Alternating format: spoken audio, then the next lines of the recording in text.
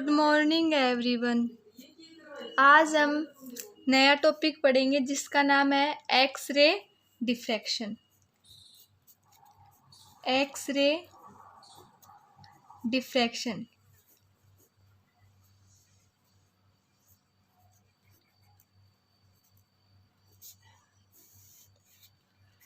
X-ray diffraction के अंदर क्या होता है, ठीक है।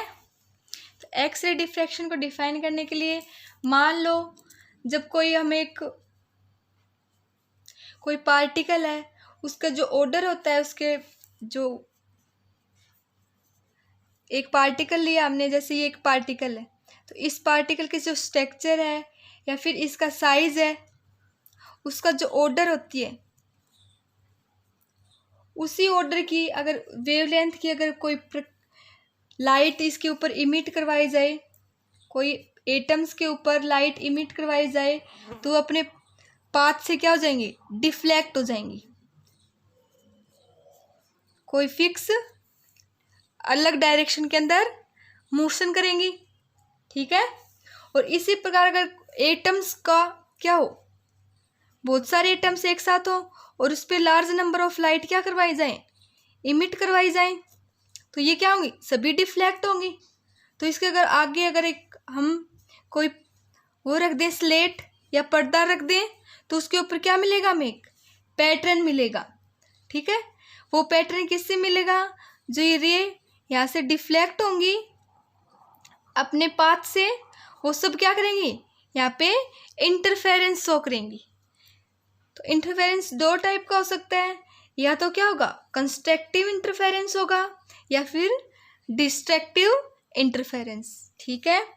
तो इस सब प्रोसेस को क्या बोलते हैं, एक्स-रे डिफ्रैक्शन प्रोसेस।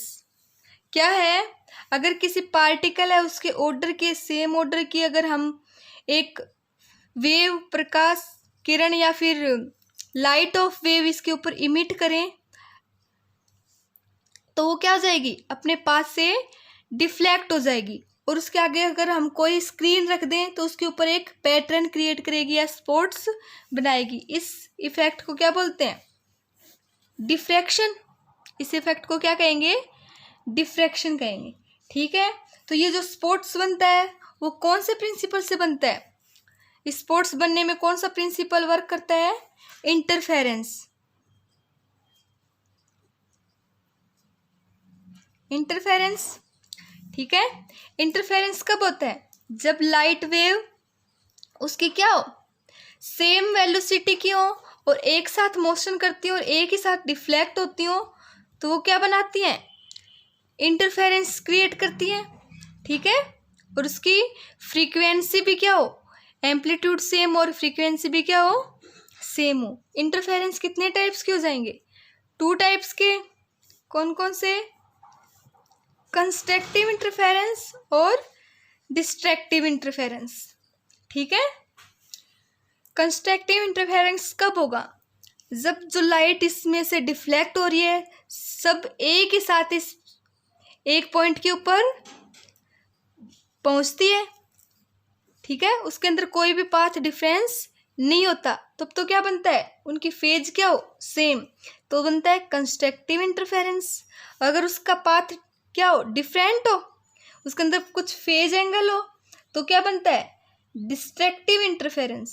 सेम हो तो कंस्ट्रक्टिव और डिफरेंट हो तो डिस्ट्रक्टिव इंटरफेरेंस। इसी इंटरफेरेंस की वजह से आगे हमने जो स्लिट रखी है, उस पर हमें एक स्पॉट्स मिलते हैं, ठीक है।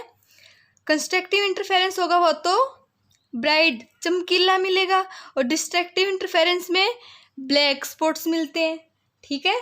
और इस पूरी जो प्रोसेस होती है, उसको क्या कहते हैं, डिफ्रैक्शन प्रोसेस, ठीक है। इसको लावे नाम से साइंटिस्ट उसने डिफाइन किया था, इसीलिए इसको, इस प्रोसेस को क्या कहते हैं, लावे का एक्सपेरिमेंट। उसने क्या किया था, उसने एक एक्स-रे की एक ट्यूब ली थी, ठीक है, जिसमें से एक्स-रे क्रिएट होती है इस टाइप से, एक्स-रे ट्यूब।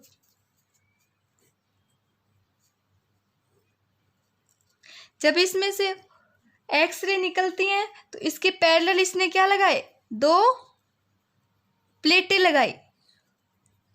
जो इस प्लेटों में से ये किरणें पास आउट होंगी, S1 और S2। उसके आगे उसने जिंक सल्फाइड का एक क्रिस्टल रखा। जब इसके ऊपर ये किरणें इंसिडेंट होंगी तो इससे क्या होंगी, ये रिफ्लेक्ट होंगी और इससे रिफ्लेक्ट होकर ये इंटरफेरेंस बनाएंगी। इंटरफेरेंस से ये क्या बनाएंगी, पर्दे पे स्पॉट्स क्रिएट करेंगी। ठीक है, एक पैटर्न मिलेगा हमें। ये सब प्रोसेस क्या कहलाएगी, एक्सरे इंटरफेरेंस का इंस्ट्रूमेंट। ये सब क्या है, इंस्ट्रूमेंट फॉर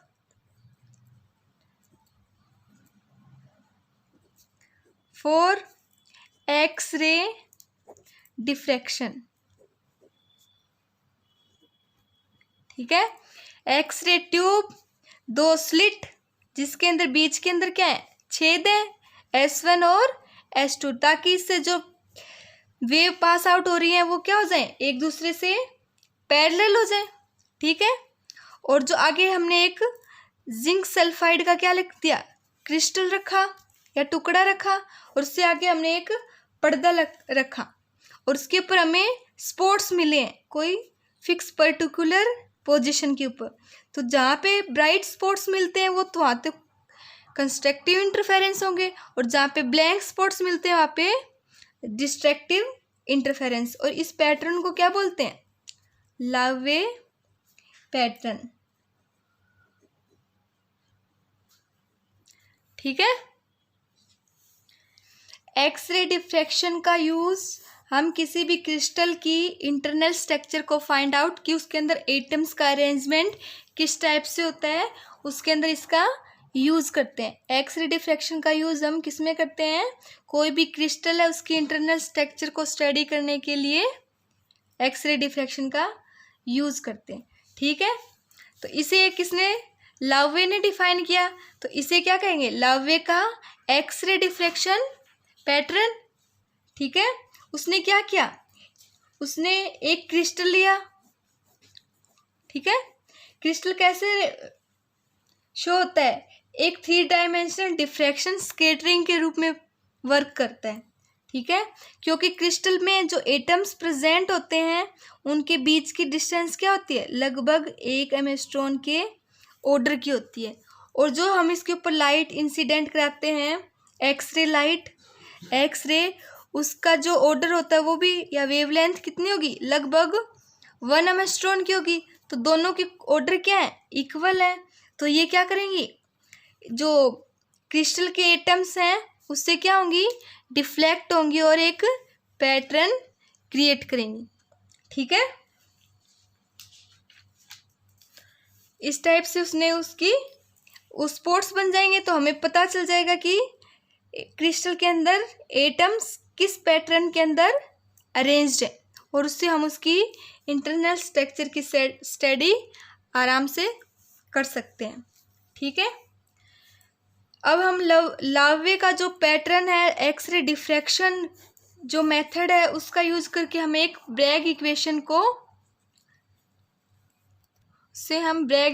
को फाइंड आउट करते हैं कि इससे लावे पैटर्न का या लावे एक्सरे डिफ्रैक्शन मेथड का यूज करके हम ब्रैग्स इक्वेशन को कैसे फाइंड आउट कर सकते हैं। तो नेक्स्ट टॉपिक क्या हो जाएगा, ब्रैग्स इक्वेशन। किसका हेल्प करके हम लावे एक्सरे डिफ्रैक्शन का यूज करके हम ब्रैग्स इक्वेशन को क्रिएट करेंगे। ब्रैग इक्वेशन कैसे होती है। ठीक है, इसके लिए हम क्या करेंगे, मान लो हमने एक क्रिस्टल लिया है, तो उस क्रिस्टल के अंदर जो क्रिस्टल के जो प्लेन है वो एक पर्टिकुलर डिस्टेंस, फिक्स डिस्टेंस के ऊपर पैरेलल वे में, जैसे कि डायग्राम में है, अरेंज्ड है। इनके बीच की सबकी डिस्टेंस क्या है, इक्वल है। मान लो इनके बीच की डिस्टेंस क्या है, प्लेन की डी है। कितनी है, डी। ठीक है, तो डी क्या है, डिस्टेंस बिटवीन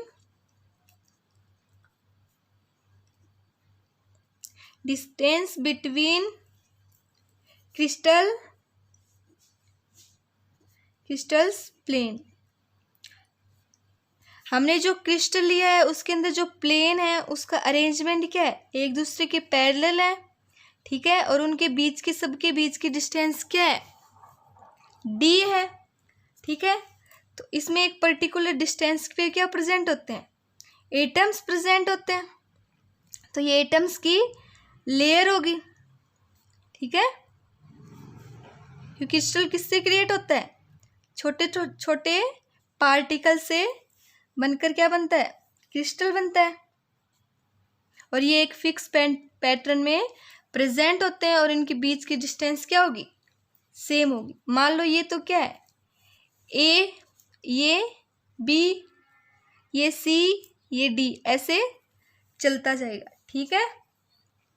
अब हम क्या करेंगे, इसकी स्ट्रक्चर की स्टडी करने के लिए एक्सरे डिफ्रैक्शन का यूज़ करेंगे। किसका यूज़ करेंगे, एक्सरे डिफ्रैक्शन का, ठीक है। मान लो कोई ए प्लेन है, ठीक है, ए प्लेन पे कोई ये पर्टिकुलर पार्टिकल ले लिया हमने, इसको मान लिया, इसका नाम क्या है, एन है, इसका नाम क्या है, एन ले लिया, ठीक है। तो इसके ऊपर कोई वेव, एक्सरे वेव इंसिडेंट करवाते हैं, ठीक है। ये कोई एक्सरे वेव है पीएन, जो इस पॉइंट के ऊपर क्या हो रही है, इंसिडेंट होती है। तो वो कुछ एंगल बनाती है प्लेन से, मान लो वो एंगल क्या है, थीटा है, और वो थीटा एंगल बनाते हुए इससे क्या होती है, डिफ्लेक्ट हो जाएगी। डिफ्लेक्शन पैटर्न में क्या होता है, वो पर्टिकुलर एटम से क्या हो जाएगी, डिफ्लेक्ट। अगर इस एटम का और वे का क्या हो, इसकी वेवलेंथ और इसका ऑर्डर क्या हो, लगभग इक्वल हो, तो वो एंगल भी क्या होगा, सेम एंगल से क्या होगी, रिफ्लेक्ट। और ये मान लो क्या है, नॉर्मल है, परपेंडिकुलर, ठीक है। ऐसे एक अदर वेव आएगी, मान लो वो इस पॉइंट से, इसका नाम है टी, इसके ऊपर इंसिडेंट होगी, उसका नाम मान लो क्यू टी है, इंसिडेंट वेव। और वो क्या होगी, रिफ्लेक्ट होगी, यहाँ से रिफ्लेक्ट होके इस डायरेक्शन के अंदर मोशन करेगी, ठीक है। तो ये भी कितना एंगल बनाएगी, थीटा, और ये भी थीटा, क्योंकि ये एक्सरे क्या है, सेम वे से आ रही है, पैरेलल है, ठीक है। अब मान लो इस पॉइंट एन से हम इसके ऊपर परपेंडिकुलर खींचते हैं क्यू टी के ऊपर, ये मान लो इस आर डायरेक्शन में क्रिएट जा रही है और ये किस में जा रही है, एस डायरेक्शन में, ठीक है। अब इसके लिए हम शो करने के लिए क्या करेंगे, मान लो एक पॉइंट एन है, इससे किस पे डाल रहे हैं, परपेंडिकुलर क्यू टी पे, ठीक है। मान लो ये पॉइंट कौन सा हो गया, एल, ठीक है। ऐसे इसके ऊपर परपेंडिकुलर डालेंगे तो ये पॉइंट मान लो क्या हो गया, एम, ठीक है। इस टाइप से हम इनका यूज करते हुए पाथ डिफरेंस फाइंड आउट करेंगे और फिर इसके लिए ब्रेग्स इक्वेशन को शो करेंगे कि कैसे ब्रेग इक्वेशन क्रिएट होती है, ठीक है। आज के लिए इतना ही, आगे का हम नेक्स्ट क्लास में करेंगे। Thank you.